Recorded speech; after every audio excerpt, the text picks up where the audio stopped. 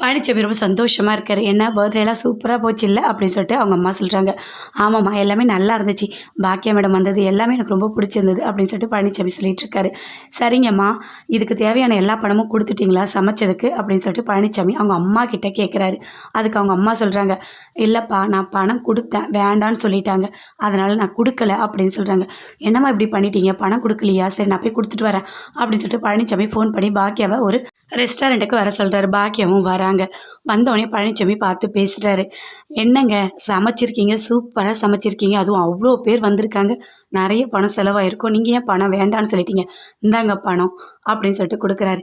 எதுக்கு எனக்கு பணம் கொடுக்குறீங்க, எப்போவுமே எனக்கு பணம் வேண்டாம், நீங்கள் எனக்கு எவ்வளவோ நல்லது பண்ணியிருக்கீங்க, அன்புக்கு முன்னாடி இந்த பணம்லாம் ஒன்றுமே கிடையாது, நான் அன்புக்காக மட்டும்தான் பண்ணேன் அப்படின்னு சொல்லிட்டு பாக்கியா சொல்கிறாங்க. என்ன மேடம் இருந்தாலும் எனக்கு கஷ்டமாக இருக்குது, வாங்கிக்கோங்க அப்படின்னு சொல்லிட்டு பழனிச்சாமி சொல்கிறாரு. இல்லை எனக்கு பணம் எதுவுமே வேண்டாம் அப்படின்னு பாக்கியா சொல்கிறாங்க. சரிங்க மேடம், ஒரு காஃபியாவது குடிக்கலாமா அப்படின்னு சொல்கிறாரு. கண்டிப்பாக குடிக்கலாம் அப்படின்னு சொல்லிட்டு ரெண்டு பேருமே சேர்ந்து காஃபி குடிச்சிட்டு சரி நான் கிளம்புறேன் அப்படின்னு சொல்லிட்டு பழனிச்சாமி அங்கேருந்து கிளம்புறாரு. கிளம்பி வந்துகிட்டே இருக்காரு. வர வழியில் ஒரு டிராஃபிக் போலீஸ் நிறுத்த சொல்கிறாங்க. ஆனால் நிறுத்தவே இல்லை. அவர் அப்படியே வளர்ந்துக்கிட்டே இருக்கார். வரும்போது பாக்கியாவே நினச்சிட்டு வராரு. பாக்கியா சொன்னது அன்புக்காக, அன்பு தான் எனக்கு முக்கியம், பணம்லாம் எனக்கு தேவையில்லை, எனக்கு நிறைய அன்பு இருக்குது அப்படின்னு சொல்லிட்டு அப்படியே யோசிச்சுட்டே வராரு. பின்னாடியே அந்த ரெண்டு போலீஸ் திட்டிகிட்டே வராங்க. அப்படியே வந்துகிட்டே இருக்காரு. ஓவர்டேக் பண்ணி முன்னாடி வந்து நிற்கிறாங்க. ஐயோ அப்படின்னு சொல்லிட்டு பழனிச்சாமி அப்படியே காரை நிறுத்துறாரு.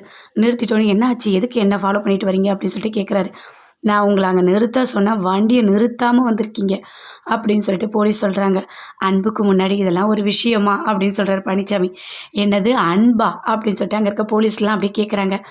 என்ன அன்பை பற்றி பேசிகிட்டு இருக்க, நான் என்ன பேசுகிறேன்னு உனக்கு புரியுதா, நீ சுய நினைவோடு தான் இருக்கியா அப்படின்னு சொல்லிட்டு போலீஸ் எல்லாம் கேட்குறாங்க பழனிச்சாமியை.